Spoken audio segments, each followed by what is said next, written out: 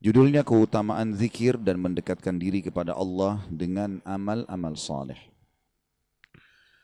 Saya akan bacakan hadisnya seperti biasa, lalu kita masuk ke rincian apa yang bisa diambil pelajaran dari hadis ini.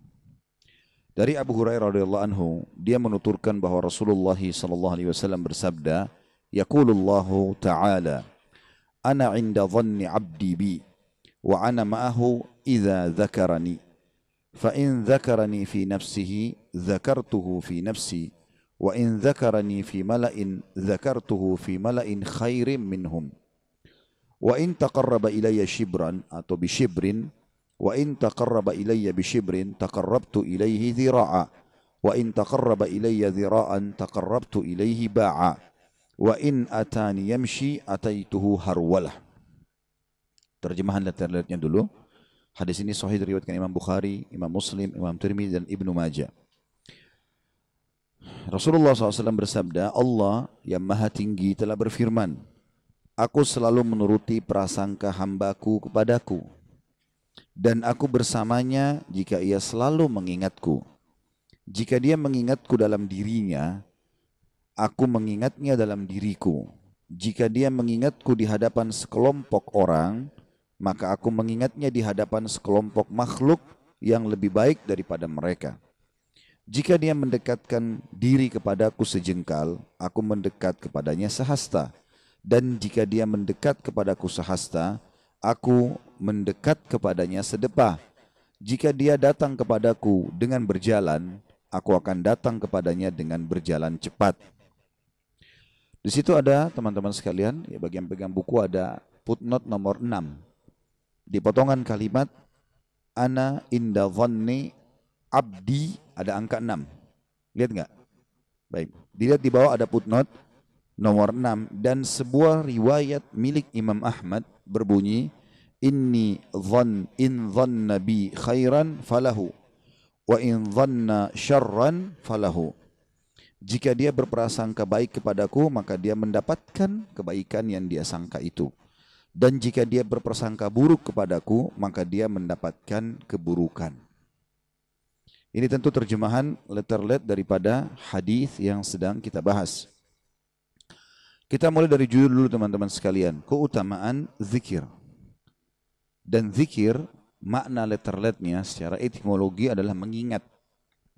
Semua orang yang mengingat maka dibahasakan zikir, kalau secara bahasa. Kalau secara terminologi, kalimat zikir kalau dalam syariat hanya digunakan untuk mengingat Allah. Ya, mengingat Allah subhanahu wa ta'ala, ini puncak daripada makna zikir. Dan semua yang mengingat Allah masuk di dalamnya. Salat masuk dalam zikir. Doa masuk dalam zikir. Puasa masuk dalam zikir. Haji, jihad, bakti sama orang tua. Semua yang membuat Bapak Ibu mematuhi Allah namanya zikir. Kalau makna globalnya, ya. Dari sisi etimologi ada makna mengingat Allah, sisi globalnya adalah semua ibadah masuk di dalamnya. Apapun yang membuat kita mengingat Allah maka namanya zikir. Kalau makna khususnya adalah lisan mengucapkan dan memuji Allah. Mengucapkan dan memuji Allah subhanahu wa ta'ala. Ya seperti sudah kita tahu, alhamdulillah, subhanallah, Allahu akbar, la hawla wa la quwata illa billah, subhanallah, walhamdulillah, wa la ilaha illallah, Allahu akbar, astagfirullah. Ini semua adalah makna yang lebih khusus lagi dari makna terminologinya. Dan dikatakan mendekatkan diri kepada Allah dengan amal-amal saleh. Jadi yang dimaksud oleh penulis ternyata yang keutamaan zikir makna yang khususnya. Jadi terminologi tadi saya bilang adalah mengingat Allah dan dia bisa masuk makna global atau makna khusus. Makna global adalah semua ibadah masuk di dalamnya. Kalau makna khusus adalah kalimat-kalimat yang diucapkan dengan lisan.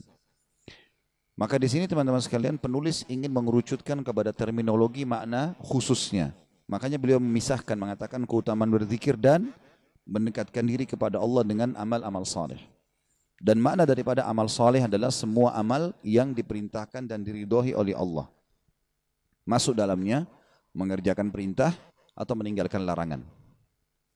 Jadi kalau teman-teman misalnya azan lalu sholat, itu berarti amal saleh, ya. Termasuk amal saleh yang banyak orang tidak tahu adalah kalau dia ada kesempatan berzina lalu dia batalkan, itu juga amal saleh. Dia tolak, ada kesempatan mencuri, membuat nota palsu, berbohong. Lalu enggak deh, saya enggak mau karena Allah larang. Itu juga amal saleh. Jadi dari dua sisi semuanya amal saleh. Ya. Sampai Abdullah bin Barak mengatakan rahimahullah, saya menolak harta haram 1 dirham lebih saya cintai daripada saya bersedekah dengan 1000 dirham yang halal. Maknanya adalah menolak sesuatu yang haram ibadah. Saya menolak 1 dirham yang haram lebih saya cintai daripada saya bersedekah dengan 1000 dirham yang halal. Jadi ini sebuah pemahaman yang harus difahami juga kalau itu amal saleh. Jadi kalau ada teman-teman yang telepon, yang WA, ajak kepada tempat maksiat, kita batalkan, enggak, saya enggak mau karena agama larang. Apapun godaan mereka, rayuan mereka kita tolak. Kamu alim ya, kamu gini ya, iya, enggak apa-apa. Tapi saya enggak mau karena agama larang. Itu sudah ibadah, itu amal saleh. Menolak keburukan juga adalah amal saleh. Ini makna daripada definisi atau makna daripada judul kita. Zikir teman-teman satu-satunya ibadah yang tidak akan pernah terputus baik di dunia maupun di akhirat. Dan yang kita maksudkan adalah zikir yang sedang dibahas, lisan mengucapkan. Semua ibadah nanti di surga sudah nggak ada lagi sholat, nggak ada lagi puasa, nggak ada lagi haji, nggak ada lagi ibadah jihad. Semuanya terputus sudah di surga, kecuali zikrullah. Makanya nanti banyak sekali hadis kalau teman-teman baca tentang surga disebutkan tentang nafas mereka adalah tahmid. Ya, hembusan nafas mereka juga begitu. Ya, itu zikrullah, artinya tidak pernah berhenti mereka berzikir kepada Allah Subhanahu wa taala, dan ini ibadah satu-satunya akan kita bawa sampai menuju ke akhirat nantinya. Kemudian teman-teman sekalian, juga kalau kita baca ayat-ayat Al-Qur'an, ayat-ayat Al-Qur'an berbicara masalah zikir. Saya akan perlihatkan dulu satu-satunya hal yang disebutkan oleh Allah dengan kalimat kathir atau banyak itu hanya zikir. Ya. Itu hanya zikir saja. Kita bisa kembali tentunya ke di surah apa, di ayat apa, saya juga tidak teringat sekarang ya. Tapi ayatnya begini, saya bacakan. Allah berfirman, A'udzubillahi minasyaitonirrajim. Innal muslimina wal muslimat wal mu'minina wal mu'minat wal qanitina wal qanitat والصادقين والصادقات والصابرين والصابرات والخاشئين والخاشعات والمتصدقين والمتصدقات والصائمين والصائمات والحافظين فروجهم والحافظات والذاكرين الله كثيرا والذاكرات أعد الله لهم مغفرة وأجرا عظيما. Artinya, sesungguhnya semua muslim laki-laki dan muslim perempuan, mukmin laki-laki dan mukmin perempuan, orang-orang yang suka tunduk qanit, artinya ada yang mengatakan orang yang suka sujud dan ruku, ada maknanya juga orang yang selalu tunduk dengan hukum Allah. Dan qanit laki-laki juga qanit perempuan bisa bermakna lama ruku dan lama sujud. Kalau sujud dan ruku lama sekali, disilangkan dengan qanit. Atau memang dia selalu khusyuk dalam ibadahnya. Kemudian was-sadiqina was-sadiqat, dan laki-laki yang suka jujur dan perempuan yang jujur, was-sabirina was-sabirat, dan laki-laki yang suka sabar dan perempuan yang suka sabar, wal khashiina wal khashiat, laki-laki yang suka khusyuk ataupun perempuan yang suka khusyuk, wal mutasaddiqina wal mutasaddiqat, laki-laki yang suka bersedekah dan perempuan yang suka bersedekah, was-saimina was-saimat, laki-laki yang suka puasa dan perempuan yang suka berpuasa, wal hafidina furujam wal hafizat, dan laki-laki yang suka menjaga kemaluan mereka, tidak berzina, dan perempuan juga yang suka menjaga kemaluan mereka. Kemudian yang terakhir Allah bilang wadzakirinallaha katsira, wadzakirat, dan orang-orang yang banyak berzikir kepada Allah dan perempuan yang banyak berzikir kepada Allah. Mereka dijanjikan pengampunan dan pahala yang besar. Kata para ulama tafsir, perhatikan dari semua sifat-sifat yang disebutkan sifat yang baik ini, hanya zikir saja yang disebutkan dengan katsira. Maknanya banyak. Ya. Sementara yang lainnya cuma disebutkan sifat secara umum. Dan ini sebuah poin yang harus diperhatikan kalau memang selalu Allah Subhanahu wa taala hubungkan kalau zikir itu berhubungan sekali dengan masalah kalimat katsir, banyak. Ya, karena memang kita dilarang berhenti dari zikrullah.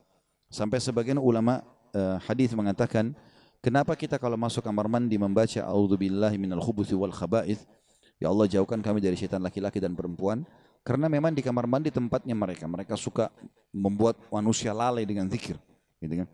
Kemudian kenapa kalau keluar kita baca gufranak, pengampunanmu hai Tuhanku? Apa sebabnya? Kita mandi, kita uduk.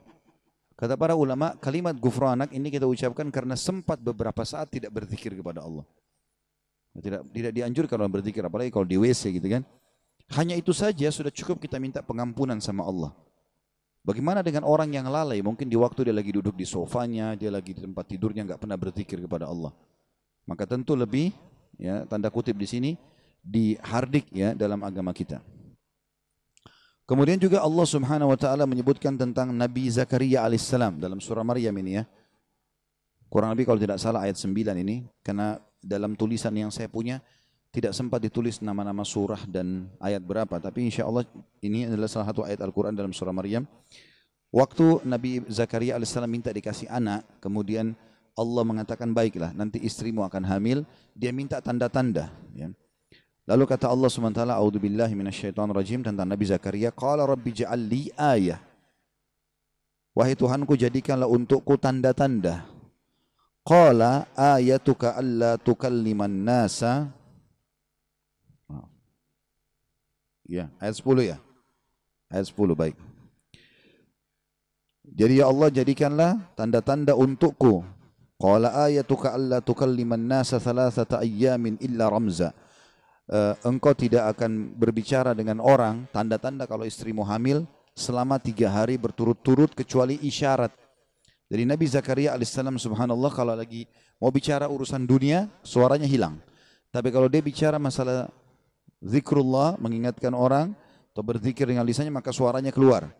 Makanya Allah bilang wadhkur rabbaka katsira. Dan berzikirlah kepadamu dengan banyak, wasabbih bil asyi wal ibkar, dan bertasbihlah kepadanya di pagi dan sore hari. Tapi di sini Allah Subhanahu wa taala menyebutkan kepada Nabi Zakaria, wadhkur rabbaka katsira. Disuruh berzikir kepada Allah dengan zikir yang banyak.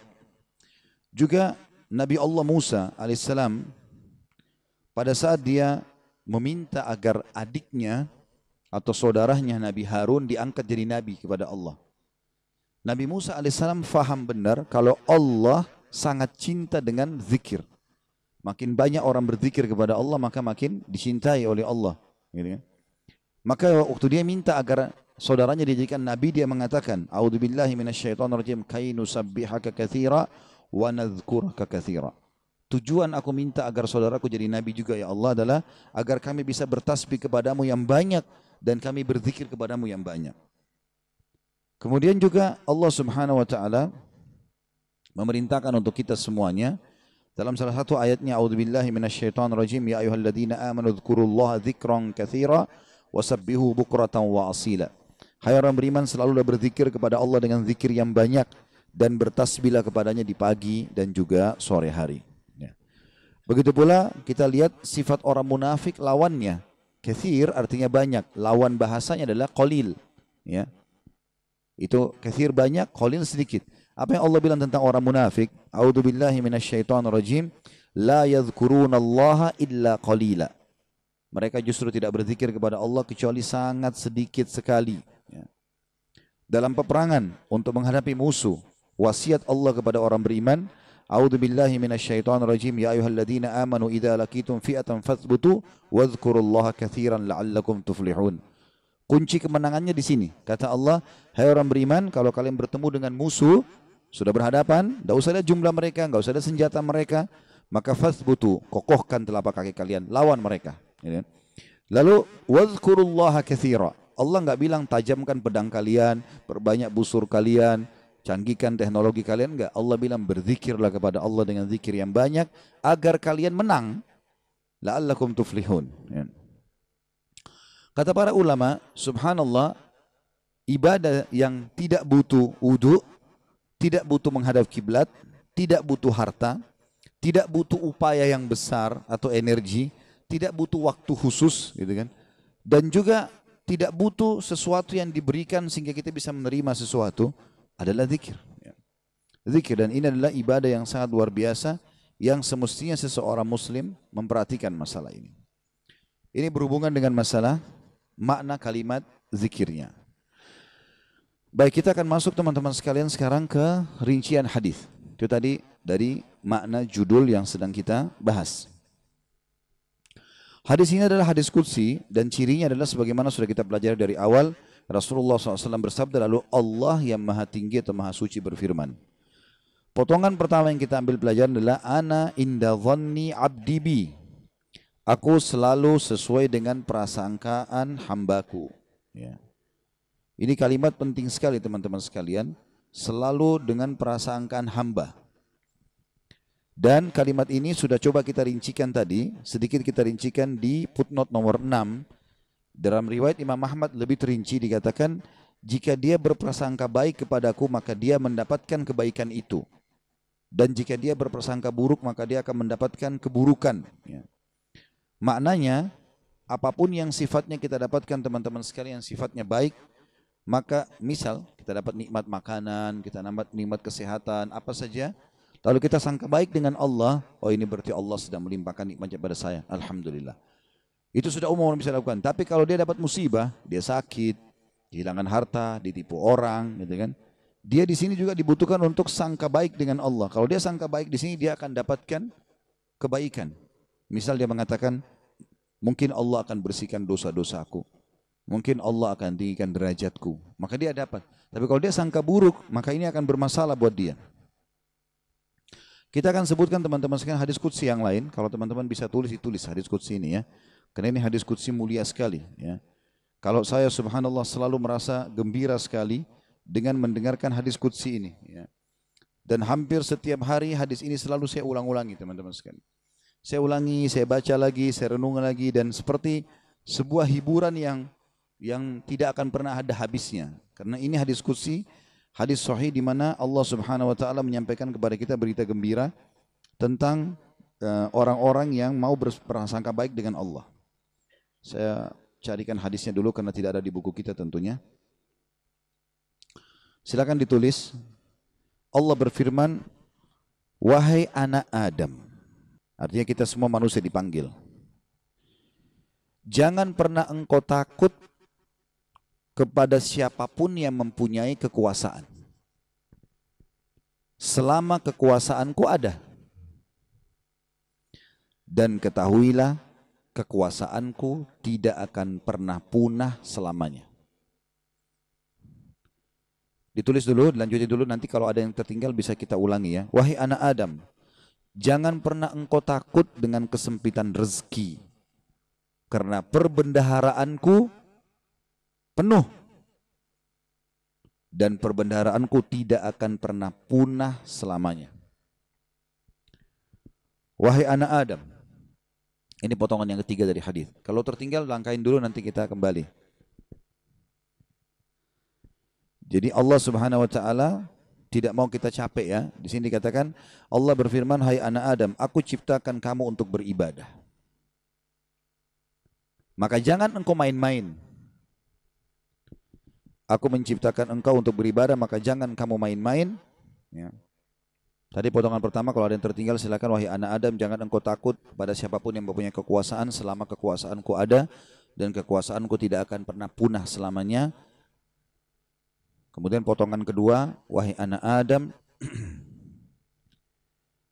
jangan pernah engkau takut dengan kesempitan rezeki, sedangkan perbendaharaanku penuh dan perbendaharaanku tidak akan pernah punah selamanya.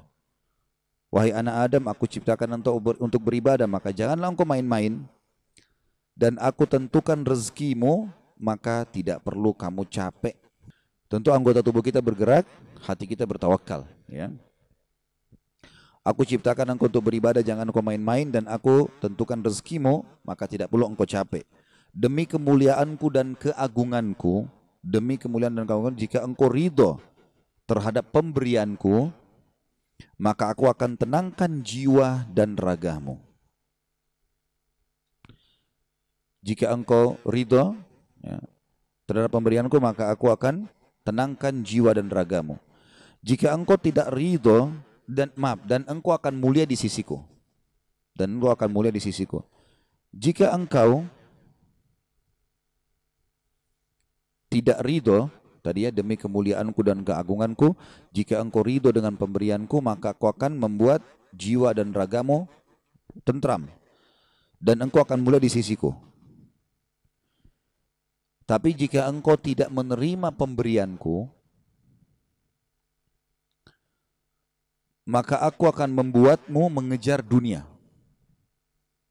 Nanti kita ulangi lagi ya. Dan jika engkau tidak menerima pemberianku, maka aku akan membuatmu mengejar dunia.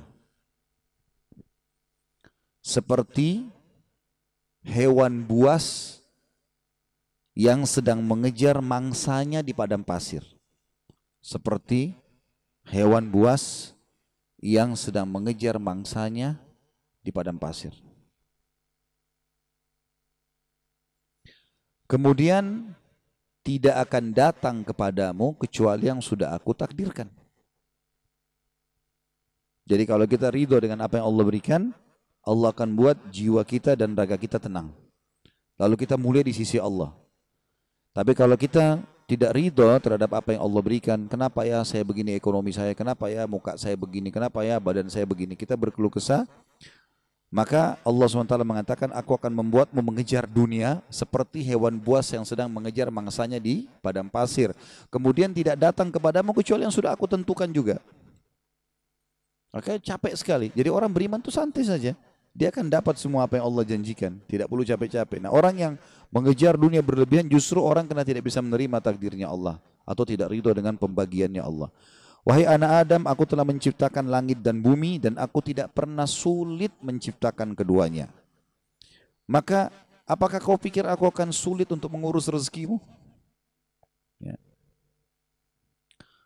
Wahai anak Adam, nanti kita ulangi kalau belum ya. Wahai anak Adam, jangan pernah engkau minta rezeki untuk esok hari, sebagaimana aku tidak pernah meminta kepadamu amal esok hari. Wahai anak Adam, sesungguhnya aku mencintaimu, maka atas hak itulah cintailah aku. Ya. Kita ulangi hadisnya. Allah menyebutkan dalam hadis qudsi, ya. Wahai anak Adam, jangan pernah engkau takut dengan siapapun yang berkuasa. Raja, presiden, siapa saja. Selama kekuasaanku ada. Dan kekuasaanku tidak akan pernah punah selamanya. Wahai anak Adam, lanjutan yang potongan duanya, jangan pernah takut dengan sempitnya rezeki, sebab perbendaharaanku banyak, penuh, dan perbendaharaanku tidak akan pernah habis selamanya. Yang ketiga, wahai anak Adam, aku telah menciptakan engkau untuk beribadah, maka jangan bermain-main. Dan aku juga sudah menentukan rezekimu, maka tidak perlu engkau capek. Jadi di sini anggota tubuh kita berusaha, hati kita bertawakal.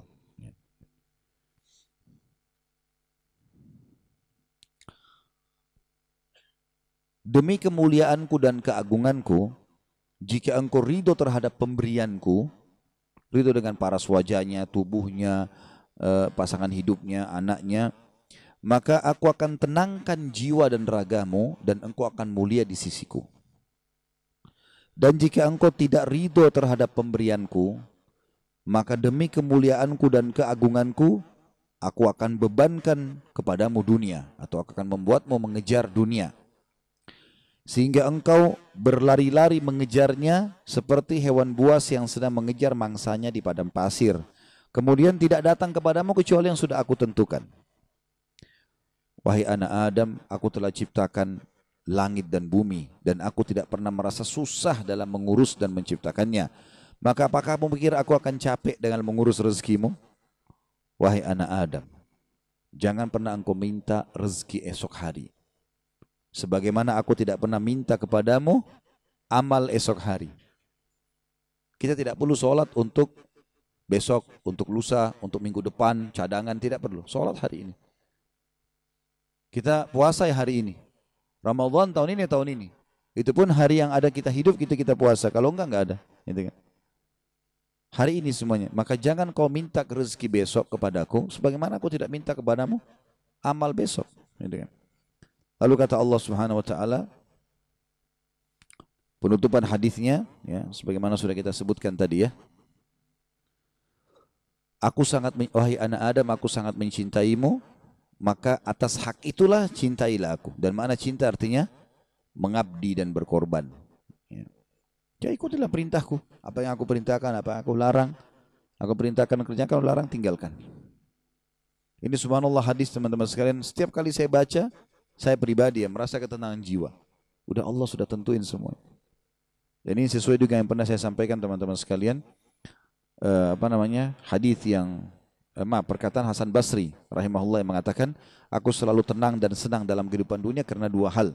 Aku selalu senang dan tenang karena aku tahu ajalku sudah ditentukan oleh Tuhanku. Udah, Allah sudah tahu kapan aku mati. Udah nggak usah aku pikirin kapan mati itu. Beramal saja. Aku selalu senang dan tenang dengan itu. Aku sudah tahu ajalku sudah ditentukan oleh Tuhanku, maka aku tidak perlu memikirkannya.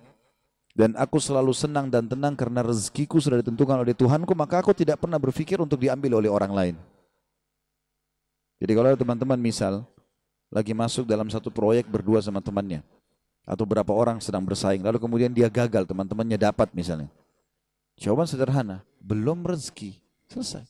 Karena biar kita berusaha setengah mati nggak bakal dapat itu. Sudah Allah tentuin. Seperti itulah. Dan tadi sudah kita jelaskan di diskusi tadi, kalau kita ridho dengan pemberian Allah, Allah buat jiwa kita dan raga kita tenang. Subhanallah, orang kalau misalnya mau makan, udah habis. Oh ya sudah, belum rezeki saya. Tenang jiwanya. Kenapa habis, kenapa dimakan, kenapa begini? Sakit hati, perutnya juga lapar. Jadi ini kaidah hidup yang luar biasa yang mestinya kita fahami ya. Di sini makna juga ana inda dhanni abdi bi, saya selalu dengan prasangkaan hambaku. Seberat apapun teman-teman yang sedang kita alami, terimalah berita gembira selama kita beriman, kalau itu pasti kebaikan buat kita. Sampai ada sebuah hadis qudsi yang lain, ya.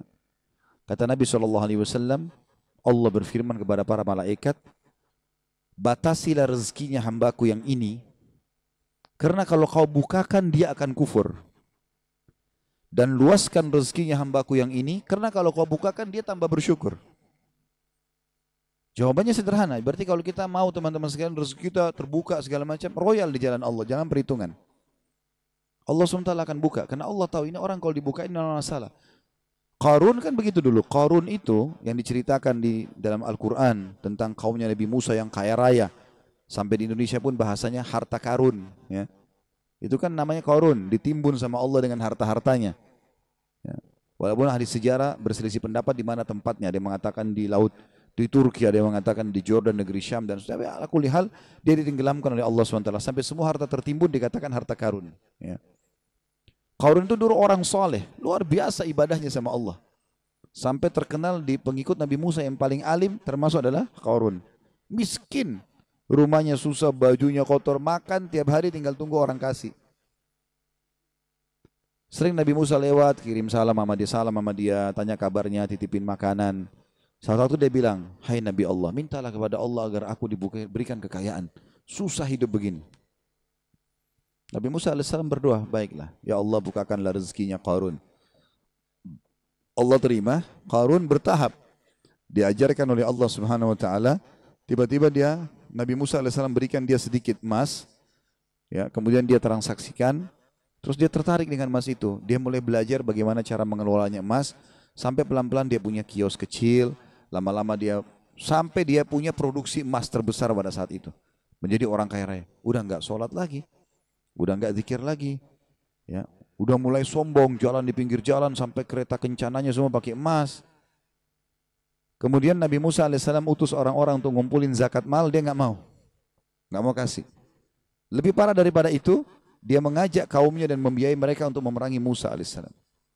Sampai akhirnya Musa alaihissalam berdoa agar Allah tenggelam dengan harta-hartanya semua. Jadi subhanallah, Allah itu memberikan dan Allah menahan, itu Allah tahu tentang kita. Ya ibaratnya seperti misalnya anak kita. Kita tidak bahasakan Allah punya anak. Ta'ala Allah. Ya. Allah maha suci dengan maha tinggi masalah itu. Tapi ini Ibnu Qayyim rahimahullah memberikan contoh. Perumpamaan Orang yang belum dikasih oleh Tuhannya Allah, perumpamaan seperti seorang anak yang sedang meminta izin dari orang tuanya untuk melakukan satu perbuatan atau berteman dengan seseorang. Misal Bapak Ibu punya anak, mau berjalan sama teman-teman, kita tahu teman-teman ini narkotika, orang merusak.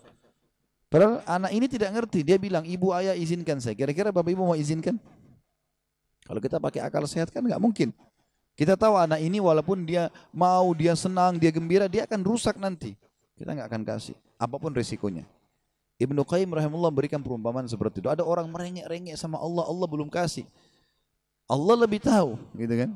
Ini hambaku ini kalau saya kasih, dia masalah nanti. Ada orang begitu subhanallah. Mungkin contoh kasus, ada orang anaknya meninggal masih kecil. Baik, mungkin dia merasa sedih. Tapi subhanallah bisa saja mungkin anak itu kalau besar buat masalah buat dia. Kita nggak tahu. Walaupun menurut kita mungkin tidak. Kan itu terjadi di kisahnya Nabi Khidir. Ya kan? Dalam surah Al-Kahfi disebutkan. Waktu Nabi Musa AS jalan sama dia. Ada anak kecil jalan langsung dibunuh oleh Nabi Khidir. Nabi Musa bilang, kenapa kau bunuh anak kecil? Gak ada dosanya nih. Kata Nabi Khidir, kan saya sudah bilang. Syaratnya kau belajar sama saya jangan tanya sampai saya jelasin. Tapi yang jelas Nabi Musa bertanya waktu itu. Ringkas cerita, nanti akhirnya Nabi Khidir ceritain. Gitu kan? Nabi dia bilang, anak itu sudah ada berita dari Allah. Kalau anak ini kalau besar dia akan durhaka sama orang tuanya. Sementara orang tuanya ini adalah orang soleh, orang baik. Si ayah sama ibu ini orang baik. Maka Allah menyuruh aku membunuhnya. Aku pertama utusan Allah. Kalau aku bunuh aku tidak berdosa. Ya. Itu anak ini meninggal belum balik berarti dia juga masuk surga. Orang tuanya digantikan oleh Allah anak yang soleh. Hamil lagi ibunya setelah itu. Kemudian melahirkan anak yang soleh. Kita tidak tahu rahasia Allah. Maka berprasangka dengan Allah baik ini penting. Apapun sifatnya teman-teman, apapun sifatnya. Saya ketemu dengan seorang pengusaha di Surabaya habis tablik akbar tuh hari. Datang kepada saya, Ustadz, di antara teman-teman saya orang yang bisa dikatakan di antara mereka kelasnya yang paling alimnya saya. Artinya di antara ibadah segala macam teman saya masih ada yang lalai sholat. Saya alhamdulillah azan ke masjid urus ibadah lah gitu kan. Masuk ke satu proyek semua dapat kecuali saya Ustadz. Bagaimana memahami? Hati saya masih pegal nih, gitu. Saya jawab itu belum rezeki antum. Dan bisa bahaya, mungkin saya kalau antum masuk malah jadi masalah. Bersangka baik sama Allah. Sudah, orang mukmin itu seperti kalau jalan ke satu tempat, antum lagi jalan ke dalam gang, ketemu sebuah jalan yang buntu. Apa yang harus dilakukan? Enggak usah mikirin kenapa ini buntu. Belok kiri atau kanan, cari jalan keluar, itu solusinya. Kan gitu. Kalau mentok selesai, langsung cari jalan keluar gitu ya. Sampai dalam masalah ibadah, kita bangun telat nih subuh. Udah nggak usah pikirin kenapa saya telat dulu. Uduk dulu, sholat dulu. Baru nanti hilangkan sebab-sebabnya. Besok jangan terulang gitu kan. Kalau enggak akan terbuang waktu. Ya. Akan hilang kesempatan-kesempatan. Dalam kaidah agama dikatakan, apa yang tidak bisa dijangkau semuanya, jangan hilang sebagiannya. Ya. Kalau kita nggak sempat sholat sunnahnya, minimal wajibnya jangan sampai kehilangan. Ya. Kita masuk ke masjid, banyak orang begitu. Kadang-kadang dia masuk masjid, sholat duhur misalnya. Kayak kita sebentar mau duhur ya. Dia sholat misalnya, dia masuk masjid. Dia lihat imam ini sudah bangun dari ruku. Sami Allah liman hamidah. Nunggu. Nunggu kenapa dia mau tahu ini rakaat terakhir atau bukan. Kalau rakaat terakhir sudah ditunggu aja sampai salam. Baru dia sholat sendiri. Keliru ini akhi. Tetap lebih utama sholat pertama. Kata para ulama, walaupun tahiyat terakhir di jamaah pertama lebih afdal daripada jamaah kedua walaupun dia di saf pertama. Walaupun itu sudah terakhir. Takbir duduk tahiyat sama mereka. Berapa banyak orang yang tidak paham masalah ini. Yang tidak bisa didapat semuanya, jangan kehilangan sebagiannya. Itu kaidah. Harusnya begitu. Apa saja teman-teman sekalian. Subhanallah saya pernah punya teman orang Senegal dari Afrika dulu waktu masih di Madinah. Teman saya di sebelah duduk di sebelah saya. Dia mungkin telat masuk kuliah 3 bulan gara-gara pengurusan visanya berangkat gitu. Tapi subhanallah cum laude anak itu. Dia datang dulu di sebelah saya. Mulai masuk hari itu, saya kan nulis juga apa yang dosen bilang. Saya ikutin apa yang dosen bilang, saya tulisin. Anak ini begitu masuk sudah 3 bulan. Udah banyak lembaran pelajaran yang ketinggalan. Mungkin ada 40-50 lembar tulisan yang sudah ketinggalan. Tapi dia mulai hari itu teman-teman sekalian dia langsung tulis. Mulai masuk hari pertama, dosen pertama. Dan sampai masa ujian terus saja dia nulis. Saya sempat tanya dia waktu dia mulai nulis. Akhi, bagaimana ente nulis kan ada yang ketinggalan. Dia bilang gak apa-apa. Saya tulis sekarang, nanti itu nyusul. Sekarang ini dulu saya tulis. Dan betul, ternyata setelah mendekat ujian, yang dia tulis, berisi kurang lebih 70%, yang tertinggal 30%. 30% itu disusul sama dia, diambil tulisan teman-teman yang sudah ada baru disusulin. Jadi yang tidak bisa dijangkau semuanya, jangan kehilangan sebagiannya. Kan gitu. Ada orang begitu subhanallah, ya. Lewat waktu sholat duha sudah kepepet, sudahlah nggak apa-apa, nggak usah deh, besok aja. Jangan, sekarang. Walaupun cuma 2 rakaat, gak ada masalah. Jangan kehilangan semuanya.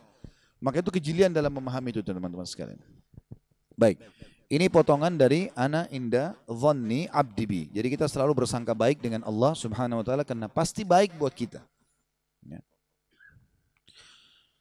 Tentu teman-teman sekalian, juga saya mau tambahkan di sini, keadaan manusia itu 4, keadaannya 4. Kalau kita dalam keadaan ketaatan, lagi dalam ibadah, kayak teman-teman sudah coba istiqomah, tutup aurat, sholat di awal waktu, pendapatannya usahakan halal.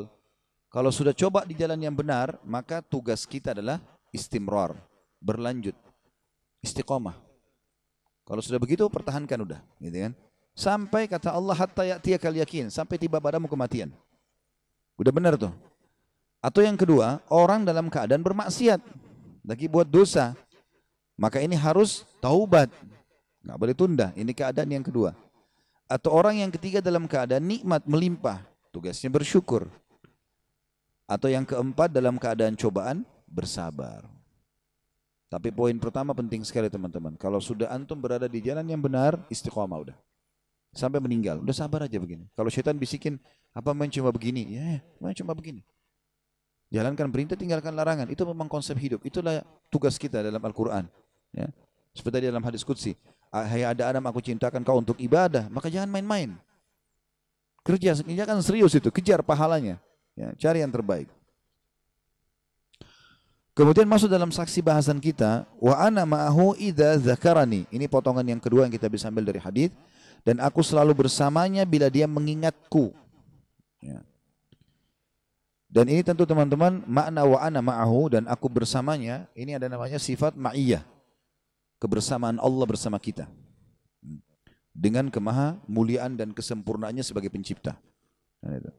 Tidak perlu kita bayangkan apakah dia bersama seperti kita dengan seperti teman kita di sebelah selalu mendampingi atau pasangan hidup, tidak. Allah SWT dengan kemaha sempurnaannya, dia akan bersama kita, artinya semua apapun yang kita butuhkan dipenuhi olehnya dan diperhatikan olehnya dengan kemaha sempurnaannya Allah. Ini sifat Allah, tapi syaratnya idza zakarani, kalau lisannya selalu mengingatku, selalu menyebut-nyebut, ya. Zikrullah teman-teman. Makanya saya sering ingatkan masalah ini untuk diri saya terutama, yang pertama baru teman-teman sekalian. Jangan pernah diam mulutnya. Kita diam hanya kalau mau mengucapkan dosa, kalau enggak yang lain zikrullah. Syekh bin Baz rahimahullah, saya dapat informasi begitu. Beliau kalau lagi terima telepon salah satu jemaah yang sedang bertanya hukum, sambil dia dengarkan permasalahannya, sambil lisannya berzikir. Dengar keluhan orang, sambil dia subhanallah, alhamdulillah, wa la ilaha illallah, Allah akbar. Murid-murid di sebelah dengar apa yang dia ucapkan, tapi kecil. Orang yang mungkin yang terima telepon, yang lagi bicara tidak dengar gitu. Tapi dia lagi berzikir. Nanti kalau dia mau jawab, baru dia berhenti zikir. Dia berzikir. Saya ingat dulu guru saya masih SMA, namanya Syekh Abdullah rahimahullah, beliau luar biasa gitu ngajaran kami ilmu-ilmu agama ini. Saya waktu itu masih SMA keingat betul waktu menjelaskan masalah hadis Bismillahilladzi la yadurru ma'asmihi syai'un fil ardi wala fis sama'i huwas samiul alim. Dengan nama Allah lah yang tidak ada apapun yang bisa membahayakannya di langit dan di bumi, dan dia maha mendengar dan maha mengetahui. Ada hadis yang menjelaskan siapa yang baca ini, maka Allah akan menjaganya sampai dia kembali di tempat yang dia baca. Makanya salah satu doa keluar rumah adalah membaca ini kan. Kalau kita sebutkan di depan pintu rumah, berarti Allah jamin kita akan selamat sampai kita kembali ke pintu itu lagi. Seperti itulah. Ada satu poin yang beliau ingatkan kepada kami dan saya tidak bisa lupa. Saya juga sampaikan ke Bapak Ibu, justru mungkin karena keutamaan beliau menyampaikan itu ya. Dia bilang, saya sampaikan kepada kalian, ingat baik-baik, ucapkan doa ini di setiap tempat yang kalian injakkan kaki. Contoh, dari kamar tidur ke ruang tamu, baca Bismillahilladzi la yadurru ma'asmihi syai'un fil ardi wala fis sama'i was samiul alim. Dari ruang tamu ke dapur, baca Bismillahilladzi la yadurru ma'asmihi syai'un fil ardi wala fis sama'i was samiul alim. Dari situ ke ruang depan, ke misalnya taman belakang, kemana saja. Jadi kita seperti dalam satu rumah itu selalu ada jaminan kembali lagi situ, kembali lagi situ, kembali lagi. Kecuali ajalnya datang. Ya.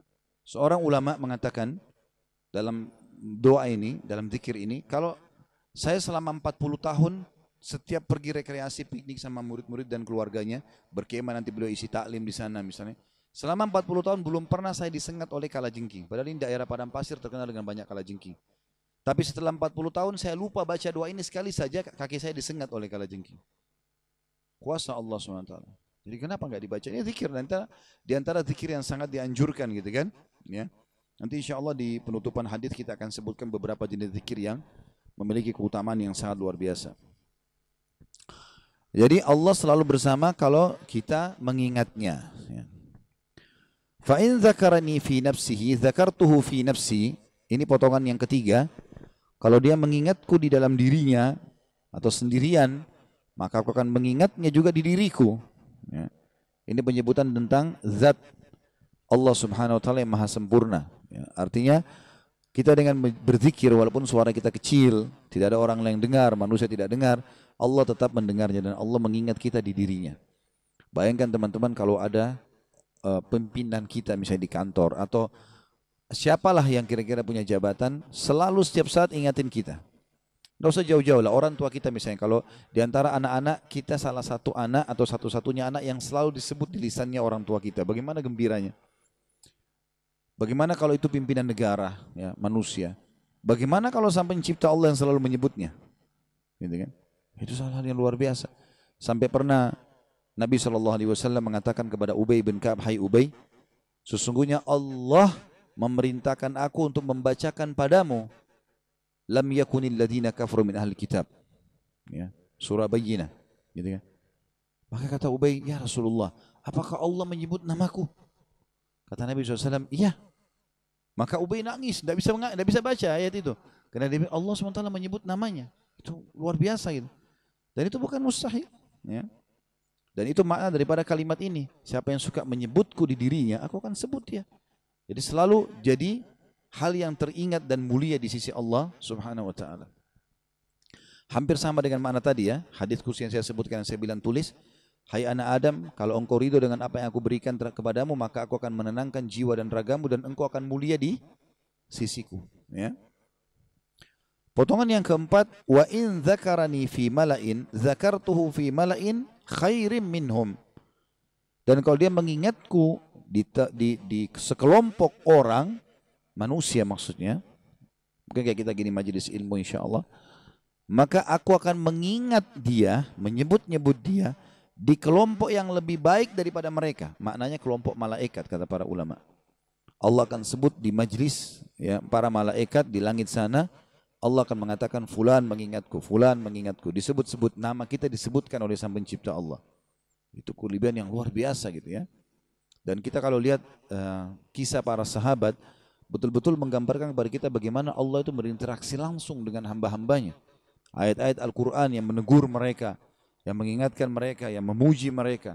Itu semua teman-teman Allah lagi berbicara dengan mereka. Dan bukan mustahil Allah pun melakukan pada semua hambanya ini.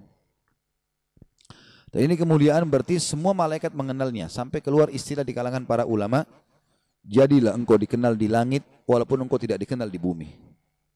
Ada hadis yang lain, hadis qudsi juga Allah berfirman, Nabi SAW bersabda, Allah berfirman, kalau aku mencintai seorang hamba, ya, maka aku akan memerintahkan Jibril mencintainya, dan aku perintahkan penduduk langit mencintainya, dan aku tanamkan cinta untuknya di muka bumi.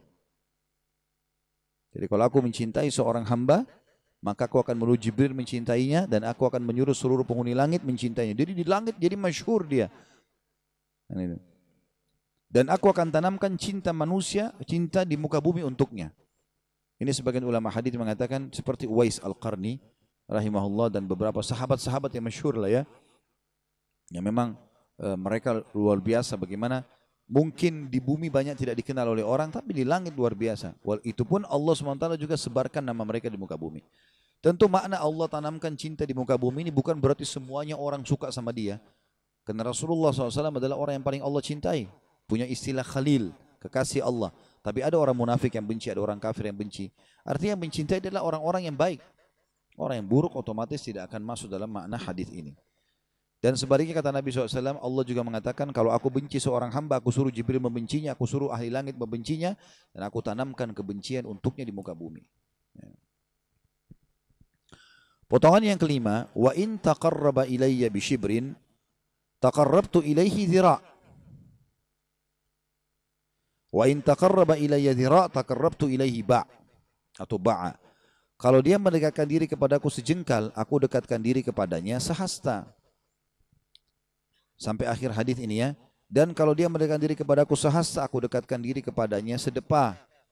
Wa in ta'atani yamshi ataitu harwala, dan kalau dia datang kepadaku dalam keadaan berjalan, aku datang kepadanya dalam keadaan berjalan cepat. Kata ulama hadis, ini maksudnya adalah kinayah ya. Penjelasan. Artinya sejengkal, sangat dekat. Orang semua bisa lakukan jengkal tangannya kan. Makna ini adalah sedikit saja dia berusaha. Misalnya sedikit saja teman-teman zikir misalnya, atau baca Quran berapa ayat, atau mungkin sedikit maksakan diri azan sholat. Itu seperti sejengkal, orang semua bisa lakukan. Allah akan menanamkan rasa dekat kita kepadanya sedepah. Kalau kita sedepah, lebih banyak lagi kita usahakan. Tadinya duha cuma 2 rakaat, sekarang jadi 4 rakaat. Mungkin kita bisa bertambah jadi 8 rakaat. Terus maka Allah dekatkan diri. Kita sedepah, Allah SWT sehasta. Kita berjalan, Allah seperti berjalan cepat atau berlari. Jadi artinya upaya kita akan dibalas dengan iman yang jauh lebih besar. Seperti gelombang yang besar. Seperti kita cuma memberikan setes air, kita dapat sebak atau mungkin gelombang air yang besar. Seperti itu makna daripada hadis ini. Kita pindah hadis selanjutnya. Hadis nomor 25, karena ini masih satu bab semuanya. Kita insyaallah usahakan selesaikan babnya. Hadis nomor 25 dari Abu Hurairah radhiyallahu anhu bahwasanya Rasulullah SAW bersabda, Innallaha qala idza talaqqani 'abdi bi shibrin talaqqaituhu bi dhira'in wa idza talaqqani bi dhira'in talaqqaitu bi ba'in wa idza talaqqani bi ba'in ataituhu bi asra'. Hadis ini riwayat Muslim. Sesungguhnya Allah berfirman, jika hambaku menemuiku dengan sejengkal, tadi upaya sedikit saja, maka aku akan menyambutnya dengan sehasta. Allah buat ketenangan jiwa untuk mengerjakan ibadah itu. Sekali kita mau istiqomah, azan saya mau ke masjid deh, Allah lapangkan kemudahannya. Azan tiba-tiba kita dengar. Mungkin selama ini kita kalau masih tidak niat ke situ, azan tidak azan kita nggak tahu sudah azan atau belum. Tapi subhanallah, orang kalau sudah niat itu, Allah buat telinganya dengar azan. Dia kalau niat menjalankan hadis Nabi SAW, oh kalau iman itu adalah 60 sekian tingkatan, yang paling tinggi la ilaha illallah, yang paling rendah memindahkan duri misalnya atau sesuatu yang berbahaya dari jalan.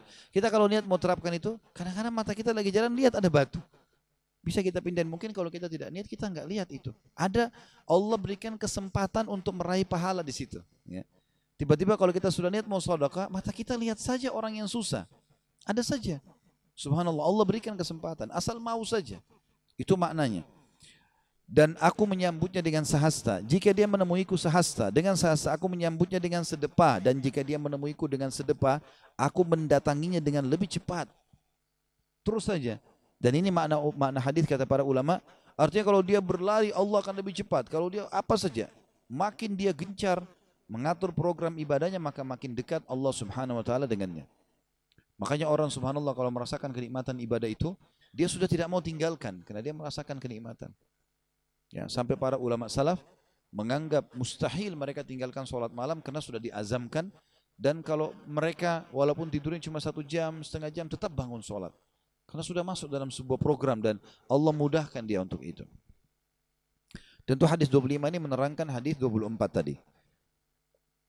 Kemudian hadis yang selanjutnya juga sama, masih merincikan karena satu bab. Hadis nomor 26 dari Syuraih Al-Qadhi rahimahullah, salah satu ulama tabi'in, dia mengatakan, aku mendengar salah seorang sahabat Nabi SAW berkata, Nabi SAW bersabda, qala Allah Ta'ala, ya ibna Adam, kum ilayya, amshi ilaik, wamshi ilayya, uharwil ilaik. Hadis ini sahih riwayat Imam Ahmad. Allah Ta'ala berfirman, wahai anak Adam, bangkitlah menuju kepadaku, niscaya aku berjalan kepadamu. Berdiri saja, aku sudah berjalan kepadamu.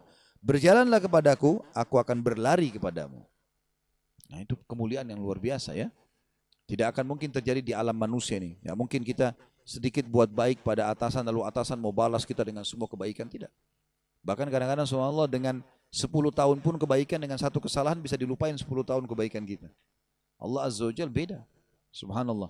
Dengan sedikit saja upaya Allah balas dengan yang lebih banyak. Dan beruntung teman-teman, orang yang mendekatkan diri sama Tuhannya itu bahagia. Pencipta langit, pencipta bumi, pencipta semuanya. Apa yang mesti diragukan dan kenapa tidak mau? Jadi tanda tanya kalau tidak mau. Kalau ada sakit, kita sakit. Yang ciptakan kita Allah, yang ciptakan penyakit Allah, yang ciptakan kesembuhannya Allah. Kalau kita lagi nikmat, yang ciptakan kita Allah, ciptakan nikmat itu Allah, yang bisa mempertahankan Allah, menambahnya. Lalu apa lagi yang dibutuhkan?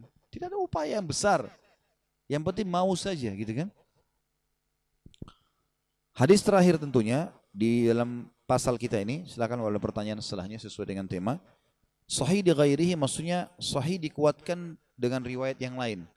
Karena ada banyak hadis riwayat yang mungkin masih ditelusuri oleh para ulama, tapi ternyata ada hadis lain yang semakna atau mirip lafadznya yang mirip, maka menguatkan dia. Dia jadi sahih gara-gara adanya hadis ini. Itu makna daripada sahih li ghairihi.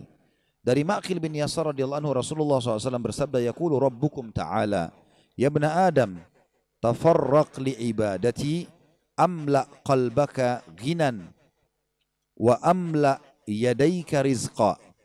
Ya ibna Adam, la tuba'id minni fa amla'u qalbaka faqran wa amla'u yadayka syugla. Rabb kalian telah berfirman, kata Nabi SAW, pencipta kalian telah berfirman, yang maha suci dan maha tinggi, wahai anak Adam, curahkanlah waktumu untuk menyembahku. Programkan, azan, sholat, buat, paksakan untuk itu. Ya. Niscaya aku akan memenuhi hatimu dengan kecukupan, selalu puas dengan apa saja, dan memenuhi kedua tanganmu dengan rezeki. Upaya sedikit kaya. Ada begitu orang subhanallah, sedikit bergerak, sedikit kasih ide kaya. Ya. Allah SWT bukain rezeki di tangannya, gitu kan. Saya ulangi, Rabb kalian berfirman, wahai anak Adam, curahkan waktumu untuk menyembahku. Taubat sekalian. Istiqomah sekalian, tidak usah sedang-sedang, tidak usah tahan-tahan diri, karena waktu terbatas, nggak ada waktu buat kita nggak tahu kapan kita meninggal. Niscaya aku akan memenuhi hatimu dengan kecukupan, hatinya selalu tenang dan tentram, dan memenuhi kedua tanganmu dengan rezeki. Sebaliknya, wahai anak Adam, jangan menjauh dariku, sehingga aku akan memenuhi hatimu dengan kefakiran, selalu merasa kurang, dan memenuhi kedua tanganmu dengan kesibukan. Sibuk sana sini, buat macam-macam. Toh juga tidak akan datang kecuali yang sudah Allah takdirkan. Sudah kita sebutkan tadi hadis itu. Teman-teman, hadis tadi yang saya sebutkan itu jadikan bacaan tiap hari. Luar biasa. Kalau kau ridho dengan apa yang aku sudah tentukan, aku akan menenangkan jiwamu dan ragamu. Dan kau mulia di sisiku. Kau tidak ridho dengan apa yang aku sudah bagikan, aku akan buat kamu sibuk dengan dunia, mengejarnya, gitu kan? Seperti hewan buas yang sedang mengejar mangsanya dan tidak datang kepadamu kecuali yang sudah aku tentukan. Toh juga kau akan makan porsi itu saja. Toh kau akan menikah hanya sama orang itu saja. Toh kau akan menghirup udara yang sebatas itu saja. Titik, selesai. Kan gitu. Maka sederhana sekali. Bahagia nih teman-teman sekalian. Dan ini konsep kehidupan. Ini harusnya dijadikan sebagai pegangan hidup. Ya, Allahu a'lam. Nanti insya Allah kita akan bahas setelahnya. Itu tidak bisa kita jelaskan sekarang, tapi masih masalah zikir, cuma berhubungan dengan masalah keutamaan zikirnya dan juga orang-orang soleh. Ya. Saya tadi sudah janjikan saya akan sebutkan di penutupan bahasan beberapa jenis zikir. Tentu banyak sekali ya, tapi yang paling dasar yang sering disebutkan adalah zikir yang dibaca habis sholat, yang subhanallah, alhamdulillah, Allah akbar. Ya. Kata para ulama, ini adalah kalimat yang sangat dicintai oleh Allah Subhanahu wa taala karena subhanallah mensucikan Allah. Alhamdulillah memuji Allah, Allahu akbar membesarkan Allah. Maka Allah sangat cinta dengan kalimat-kalimat ini. Sampai kata Nabi SAW, saya mengucapkan satu kali saja subhanallah, walhamdulillah, wala ilaha illallah, wallahu akbar, digabungkan semuanya, maka lebih saya cintai daripada terbitnya matahari untukku. Maksudnya terbit matahari. Kita tahu kalau terbit matahari semua manusia, semua makhluk senang bisa beraktivitas terang. Maka satu kali ucapannya lebih baik daripada matahari terbit. Makanya dijadikan zikir. Subhanallah dijadikan zikir 33 habis sholat. Alhamdulillah, Allah akbar, gitu kan? Yang kata Nabi SAW, siapa yang baca habis sholat, subhanallah 33, alhamdulillah 33, Allah akbar 33, semua 33, dan dia genapkan 100-nya, la ilaha illallah, wahdahu la syarika lah, lahul mulku wa lahul hamdu, wa huwa ala kulli syai'in qadir. Tidak ada yuhyi wa yumit di sini ya, lafadznya memang begitu. Maka diampuni dosanya walaupun sebanyak buih di lautan. Juga Fatimah pernah mengeluh radhiyallahu anha kepada Nabi SAW kepada ayahnya, ya Rasulullah, dilihatkan tangannya pecah-pecah karena banyak bekerja di rumah, gitu kan, bersihin rumah, ngurus ini, ngurus itu segala macam. Nabi SAW waktu itu kebetulan punya banyak ya pekerja-pekerja. Kata Nabi SAW, kata dia, ya Rasulullah, berikanlah kepadaku ini satu kah, dua orang yang bisa membantu. Nabi SAW bukan tidak ingin memberi karena beliau sendiri di rumahnya pakai pembantu, gitu kan. Tapi Rasulullah SAW ingin menyampaikan hal yang lebih besar kepada Fatimah. Kata Ali bin Abi Thalib dalam sebuah riwayat sahih, maka Rasulullah SAW datang kepada kami di malam hari di musim dingin. Jadi waktu itu rupanya musim dingin. Fatimah paginya minta pembantu, malam harinya Rasulullah SAW datang kepada kami, sementara aku dengan Fatimah di ranjang. Dan Rasulullah SAW naik ke ranjang itu sampai kami rasakan dingin kakinya. Karena musim dingin. Nabi SAW duduk di ranjang mereka, karena ini anak perempuan Nabi SAW, dan mereka merasakan dinginnya kaki Nabi SAW karena dari luar, gitu kan. Lalu kata Nabi SAW, mau nggak saya tunjukkan lebih baik daripada pembantu? Bacalah kalau kalian mau tidur, Subhanallah 33, Alhamdulillah 33, Allahu Akbar 33. Itu lebih baik daripada pembantu. Kata sebagian ulama hadis, siapa yang lagi capek, lagi letih, lagi sumpah, baca ini 33, gitu kan. Maka Allah SWT akan gantikan semua capeknya, semua letihnya dengan kesenangan dan kegembiraan. Tentu ini sebagian riwayat, saya tidak bisa sebutkan semua. Kemudian kita pindah ke riwayat yang lain, ya. Kalimat zikir yang paling afdal ini mesti yang pertama tadi saya sebutkan adalah la ilaha illallah. Sebagaimana sabda Nabi SAW, afdalul zikir la ilaha illallah. Zikir yang paling afdal adalah la ilaha illallah. Ini tentu dianjurkan dibaca minimal kalau bisa dibaca sehari 100 kali pagi, 100 kali sore. Dan lebih baik lafadznya lengkap. La ilaha illallah wahdahu la syarikalah, lahul mulku wa lahul hamdu wa huwa ala kulli syai'in qadir. Ini juga sama, tidak ada yuhyi wa yumitnya, ya. Kata Nabi SAW, siapa yang baca 100 kali di pagi hari, siapa yang baca 100 kali di sore hari, maka Allah akan selamatkan dia dari syaitan. Riwayat lain, seperti dibebaskan 10 budak anak Adam, ya, atau anak dari Bani Ismail, kemudian dia akan diberikan 100 pahala, dihapus 100 dosa, diangkat 100 derajat, gitu kan, dan akan menjadi penghalang dari syaitan yang akan menggodanya. Kemudian juga ada la ilaha illallah wahdahu la syarikalah lahul mulku wa lahul hamdu yuhyi wa yumit. Ada yuhyi wa yumit yang dibaca 10 kali habis subuh dan 10 kali habis maghrib. Ini berbeda. Ditambah yuhyi wa yumit, ini memang lafaz hadisnya seperti itu. Maka Nabi SAW memerintahkan agar di subuh dan maghrib untuk membaca 10 kali, dan Nabi SAW menjanjikan seperti membebaskan 4 orang budak dari Bani Ismail. Ya. Kemudian juga Nabi SAW mengatakan dalam zikir yang lain, kalau kita gabungkan antara keduanya, dari subhanallah, alhamdulillah, Allah Akbar, digabung dengan la ilaha illallah, subhanallah, alhamdulillah, wa la ilaha illallah, wallahu akbar. Telah datang seorang badui kepada Nabi SAW sambil berkata, ya Rasulullah, ajarkan aku kalimat yang aku bisa ucapkan, supaya aku bisa mengingat Tuhanku. Kata Nabi SAW, bacalah subhanallah, walhamdulillah, wa la ilaha illallah, wallahu akbar. Amalkan itu. Orang ini mengatakan, baiklah. Lalu dia keluar. Waktu dia keluar depan pintu, dia diam. Pintu masjid, kata Nabi SAW, teman kalian sedang bimbang, dia akan kembali. Maka dia kembali lagi. Lalu dia mengatakan, ya Rasulullah, tadi 4 kalimat itu untuk Tuhanku. Untuk aku apa? Kalau aku baca ini dapat apa nih? Gitu kan.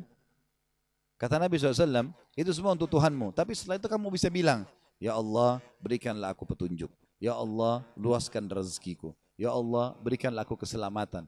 Maka kata Nabi SAW, engkau akan dapat semuanya. Jadi teman-teman keluar rumah, baca subhanallah, alhamdulillah, wa la ilaha illallah akbar.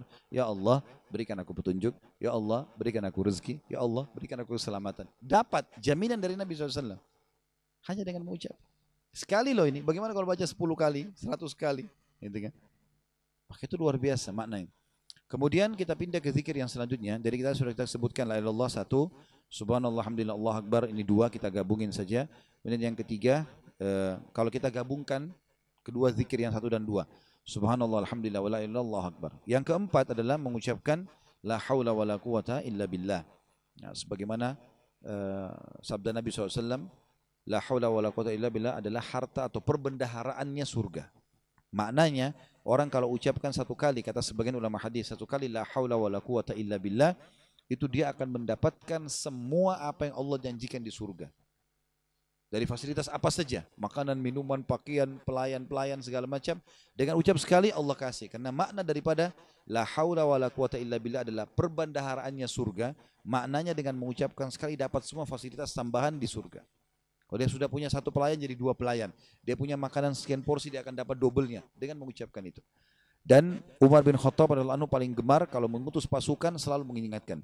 Ingatlah, jangan kalian bermaksiat kepada Allah. Bertakwalah. Karena perbedaan kalian dengan musuh kalian adalah di ketakwaan kalian. Kalau dihitung dari senjata, dihitung dari pasukan, pasti kalian akan kalah dari musuh. Tapi memang sudah begitu sifatnya jihad dari dulu ya. Selalu pasukan kita lebih sedikit, senjata kita lebih sederhana, itu sudah umum. Kata Umar, yang membuat kalian menang justru karena ketaatan kalian dan kemaksiatan musuh kalian. Kalau kalian juga bermaksiat kepada Allah, maka pasti musuh kalian akan mengalahkan kalian karena mereka lebih banyak dari jumlah dan senjata. Kan gitu. Lalu kata Umar, perbanyaklah la haula wala quwata illa billah. Seorang sahabat pernah datang kepada Nabi SAW sama istrinya. Waktu pasukan Nabi SAW pulang dari perang, ada pernah Nabi utus SAW pasukan lalu kembali, semua anggota pasukan kembali kecuali anaknya, bapak dan ibu ini.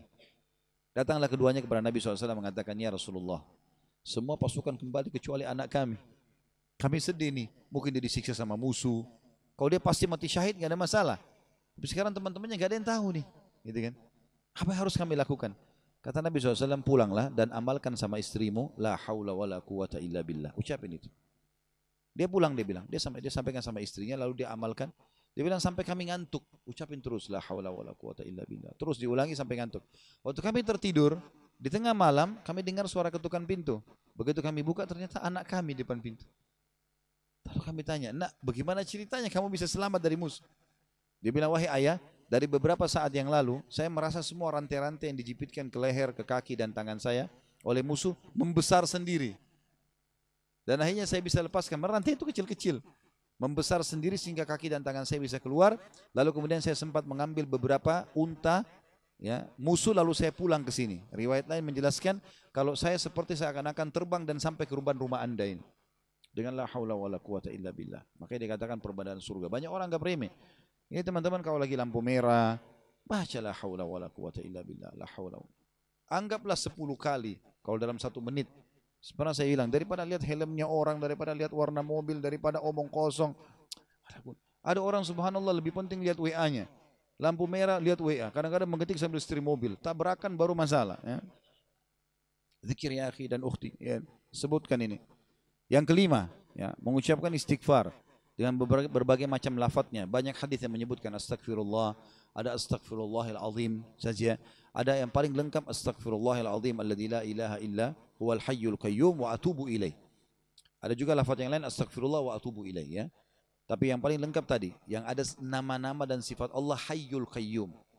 Ya, kata Nabi SAW, siapa yang membaca sekali saja astagfirullahil azim alladzi la ilaha illa huwal hayyul qayyum wa atubu ilaih, maka diampuni dosanya walaupun sebanyak buih di lautan. Lafaz, tapi ikhlas teman-teman sekalian. Jangan seperti orang kumur-kumur. Astagfirullahaladzim alladzi la ilaha illa huwal hayyul qayyum wa atubu ilaih. Renungin. Astagfirullah, astagfirullah, astagfirullah, astagfirullah. Apa yang dibaca? Jadi harus santun. Kalau kita bicara sama presiden atau pimpinan manusia, ngomong kumur-kumur begini pasti diusir gitu kan. Maka bicara yang baik, yang santun, yang sopan, maka kita akan dapat maksimal gitu kan. Istighfar banyak sekali manfaatnya, diantaranya kata Nabi SAW, ya, siapa yang melazimi istighfar selalu lisannya mengucapkan, maka Allah akan memberikan kepadanya jalan keluar di setiap permasalahannya dan juga akan memberikan rezeki dari tempat tidak disangka-sangka. Dan kata Nabi SAW, aku istighfar dan bertobat kepada Allah sehari 70 sampai 100 kali. Yang ke-6 adalah membacakan salawat pada Nabi SAW. Dan ini juga banyak lafadznya. Allahumma salli ala Muhammad bisa. Allahumma salli ala Muhammadin wa ala ali Muhammadin kama sallaita ala Ibrahim. Salawat Ibrahim juga bisa. Kama sallaita ala ali Ibrahim innaka Hamidum Majid wa barik ala Muhammadin wa ala ali Muhammad kama barakta ala Ibrahim wa ala ali innaka Hamidum Majid. Ini lafadz. Lafadz yang lain riwayat Tirmidzi juga berbunyi Allahumma salli ala Muhammadin wa azwajihi wa dzurriyyati kama sallaita ala ali Ibrahim innaka Hamidum Majid wa barik ala Muhammadin wa azwajihi wa dzurriyyati kama barakta ala ali Ibrahim innaka Hamidum Majid. Jadi lafaz salawat yang ketiga tadi selain Allahumma salli ala Muhammad bisa juga Allahumma salli ala Muhammad wa ala alihi Muhammad. Kemudian bisa juga Allahumma salli ala Muhammadin salawat Ibrahim ya. Ibrahim ini ada 2 macam. Lafaz yang pertama tadi sudah umum, lafaz yang kedua yang saya mau jelaskan. Allahumma salli ala Muhammadin wa azwajihi. Ya Allah berikanlah salam hormat kepada Nabi Muhammad SAW dengan seluruh istrinya, wa dzurriyyati dan keturunannya. Kama sallaita ala ali Ibrahim innaka Hamidum Majid. Sebagaimana kau telah mengucapkan atau memberikan salam hormat kepada keluarganya Ibrahim. Bedanya dengan lafaz Ibrahim yang umum kita baca dalam salat, Allahumma salli ala Muhammadin wa ala ali Muhammadin kama sallaita ala Ibrahim wa ala ali Ibrahim. Kita sebutkan untuk Nabi Ibrahim dan sebagaimana kau mengucapkan salam kepada Ibrahim dan keluarganya. Kalau lafaz yang kedua yang ada istri-istri Nabi dan keturunan itu tidak disebutkan lagi namanya Ibrahim alaihissalam. Langsung kama sallaita ala ali Ibrahim innaka Hamidum Majid. Wa barik ala Muhammadin, berkahilah kepada Nabi Muhammad SAW, ya, wa azwajihi dan istri-istrinya dan wa zurriyati dan keturunannya, kama barakta ala ali Ibrahim, sebagaimana engkau memberkahi keluarganya Ibrahim, innaka Hamidum Majid. Jadi tidak disebut lagi nama Ibrahim alaihissalam tapi langsung kepada keluarganya Ibrahim alaihi wassalatu wassalam. Dan ini sunnahnya minimal Bapak Ibu baca sehari 10 kali pagi, 10 kali sore, minimal zikir, salawat ya. Sebagaimana kata Nabi SAW, siapa yang baca 10 kali salawat kepada aku di pagi hari dan sore hari, maka dia akan mendapatkan syafaatku. Juga banyak waktu-waktu seperti misalnya hari Jumat. Kata Nabi SAW, hari Jumat adalah hari yang paling mulia, maka perbanyaklah salawat kepadaku. Karena siapa yang baca sekali salawat, maka dia akan dibalas 10 kali ya rahmat atau tambahan karunia dari Allah Subhanahu Wa Taala. Kemudian juga kata Nabi SAW, ragama amfumbriin man idza dzukirtu inda walam yusallim alayya. Sungguh terhina seorang hamba yang mendengarkan namaku disebutkan di hadapannya lalu dia tidak mengucapkan salawat padaku sallallahu alaihi wasallam. Kemudian juga lafaz yang setelahnya yang ketujuh adalah setelah salawat kita membaca subhanallahi wa bihamdi. Ini saja subhanallahi wa bihamdi. Maha suci Allah dan segala puji baginya. Ini kata Nabi SAW kalau dibaca 100 kali 100 pagi sore ya. Masuk dalam zikir pagi sore, kata Nabi SAW, siapa yang baca subhanallah wa bihamdi 100 pagi kali, 100 kali di pagi hari, 100 kali di sore hari, maka dia akan datang pada hari kiamat membawa pahala. Tidak ada orang yang menyamai pahalanya kecuali orang yang berbuat seperti dia atau lebih. Artinya saking banyaknya pahalanya. Ya. Siapa yang baca subhanallah wa bihamdi 100 kali di pagi hari dan 100 kali di sore hari, maka dia akan datang hari kiamat membawa pahala. Tidak ada orang yang menyamai pahala dia kecuali orang yang berbuat seperti dia atau lebih. Ya. Kemudian lafaz yang ke-8 adalah subhanallah wa bihamdi subhanallahil azim. Mirip tadi coba ditambah dengan subhanallahi azim ya. Kata Nabi SAW, kalimatani khafifatani alal lisan, thaqilatani fil mizan, habibatani ar-Rahman, subhanallahi wa bihamdi subhanallahil azim. Dua kalimat yang ringan di lidah, ya, berat di timbangan dan dicintai oleh Allah, subhanallahi wa bihamdi subhanallahil azim.